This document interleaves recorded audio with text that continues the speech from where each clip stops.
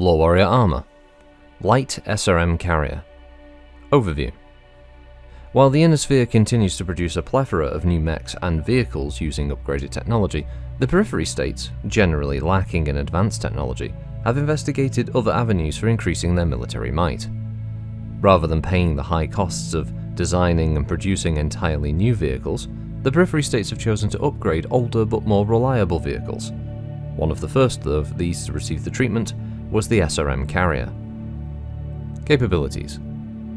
The limited range and speed of the standard SRM Carrier generally confine it to battlefields in cities, dense forests, and other close terrain. Military commanders also tend to consider these units disposable, because closing to the carrier's effective range always exposes the thinly armoured vehicle to enemy fire, which it rarely, if ever, survives.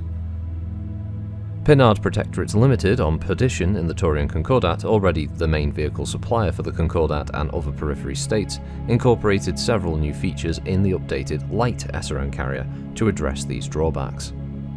The new SRM Carrier has a smaller wheeled chassis, and though the new chassis restricts the unit to relatively smooth terrain, it does provide a 33% increase in speed, enabling the carrier to approach and retreat from targets more rapidly. Unlike the standard carrier, which mounts all of its missile launchers in a static front-facing mount, the Light SRM Carrier mounts its launcher in a turret, giving it a vastly increased ability to target the enemy. The updated carrier also features increased ammunition storage capacity, giving each launcher an increased number of volleys. To complete the design, the Light SRM Carrier mounts a 1.5 tons more armour than the standard SRM Carrier, providing the crew with much needed protection. Deployment. Because the Light SRM Carrier is produced with commonly available parts, its service and repair is cheap and easy, making it a perfect support unit for any planetary militia.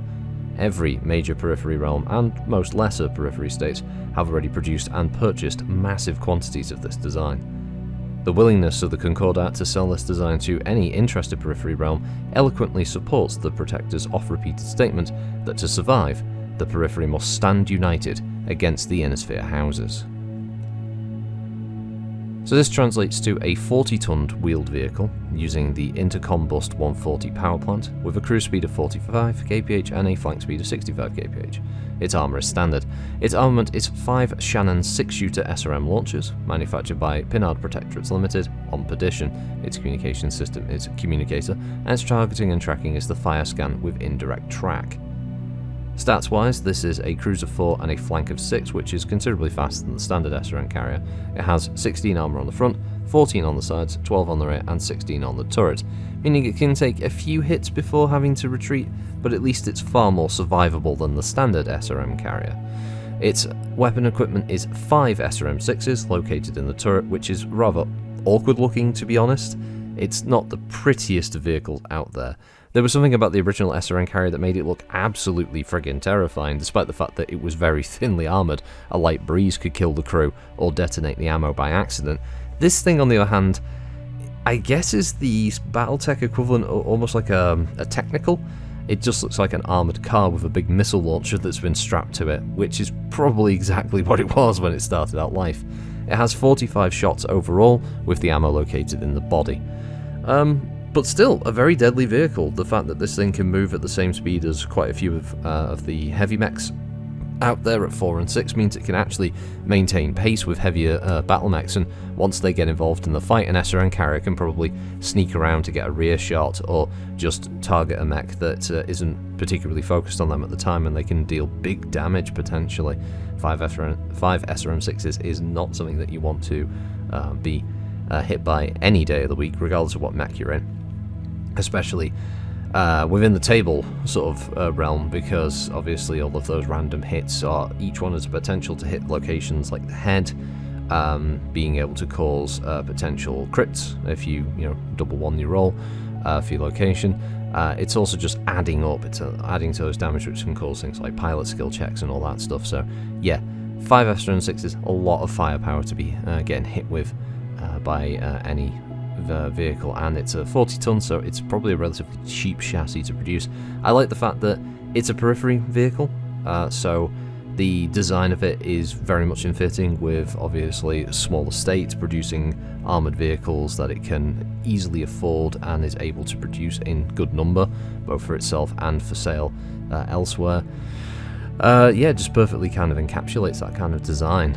And as you'll see a little bit later when we get down to it, the heavy LRM carrier is more of that kind of philosophy brought forward. So I like the fact that a couple of these vehicles were written up as being designed more around the Periphery states and their sort of continued attempts to innovate in a time period where a lot of the great houses are just leaping forward with all of these designs from retrofitted clan tech and understanding how that was all put together and designing their own stuff, and then new mechs, and you've still got the Periphery there trying their best to basically, if not being able to compete technologically, being able to compete in terms of logistics and being able to capably rearm and replenish numbers if it came down to a fight, for instance. So not bad, good little narrative, and feeds further into the idea of the Concordat trying to get the other sort of Periphery realms to sort of unite, in the sense of not in a sort of aggressive manner, but being able to unite in a more defensive, we stand against what any of the great houses are may try to do or push toward us, kind of thing, by sort of sharing these designs and building as many of them as possible. So yeah, it's a nice little sort of narrative hook there, and yeah, it definitely sort of expands the weapon base.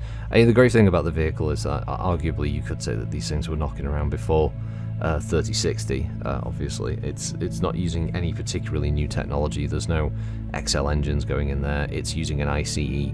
It's pretty straightforward equipment. You can imagine realistically that the Light SRM carrier has been knocking around in the Periphery states here and there for decades. That this thing has just been a cheaply manufactured thing that's almost exclusive to places like the Taurian Concordat and the Magistracy, Illyrian Palatinate, Outworlds Alliance, that kind of thing. Something that's easy to equip garrison forces with, able to protect against bandits and raiders, that kind of thing, and being able to give a show of force against any maybe feisty house unit that decides that they want to raid one of their planets, that kind of thing. So I think you could probably get away with being able to say that these things were around for a long while, and that this is just the first time that they were added into a TRO. You could say like even around 3025 there's probably like Light SRM carriers knocking around. I don't think it would be a big deal. It's certainly not game breaking in any sense. So yeah, just I'm thinking from a GM's perspective on that one. Anyway, I've rambled enough. Have a good one all. Thanks for listening, and I'll catch you next time. Bye bye.